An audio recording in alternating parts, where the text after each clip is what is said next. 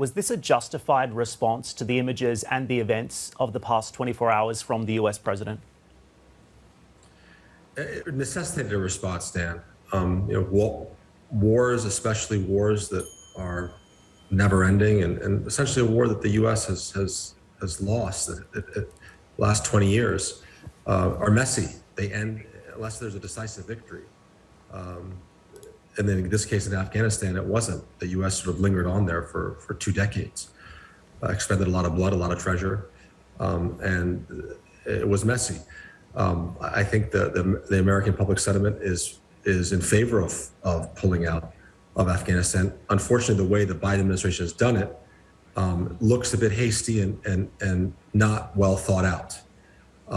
It could have been done better. And I think President Biden coming and speaking today was a result of that. His administration realizes there's been a backlash as to for those images, which are literally as harrowing as what we saw in Saigon in 1975, with people clinging at helicopters from the U.S. Embassy.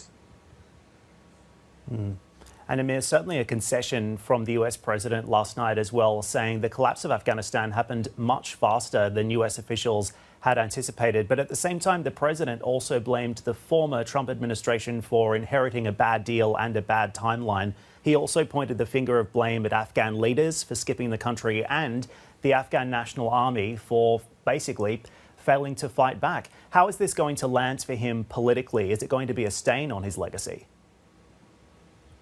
It's too early to tell. I'm sure they've done a lot of internal polling.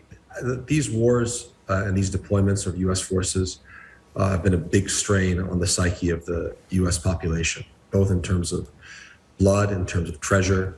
$2 trillion was essentially wasted in Afghanistan. That's almost 5 to 6% of the U.S. national debt.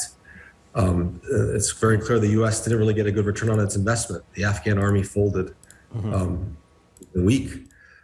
So it's a little bit of politics for him to blame his predecessor. It's really the fault of the U.S. foreign policy and political establishment for 2 decades, going into that quagmire and not learning the lessons of Vietnam.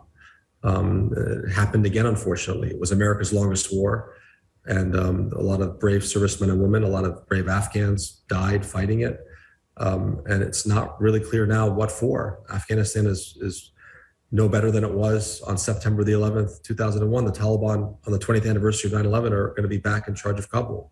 It's very sad. It's very disappointing. And all the while, the future of Afghanistan and the Afghan people hangs in the balance. What do you think is going to happen next on the ground there? And what does the future political leadership of Afghanistan look like in your view? It's unclear. At this point, it's very clear that they're trying their best, the Taliban, not to engage U.S. forces and trying to put essentially an aura of calm on the streets. But that's very early right now. It's very clear that there's been a deal between the Taliban and the United States saying that they will not engage each other and allow for the U.S. to pull out.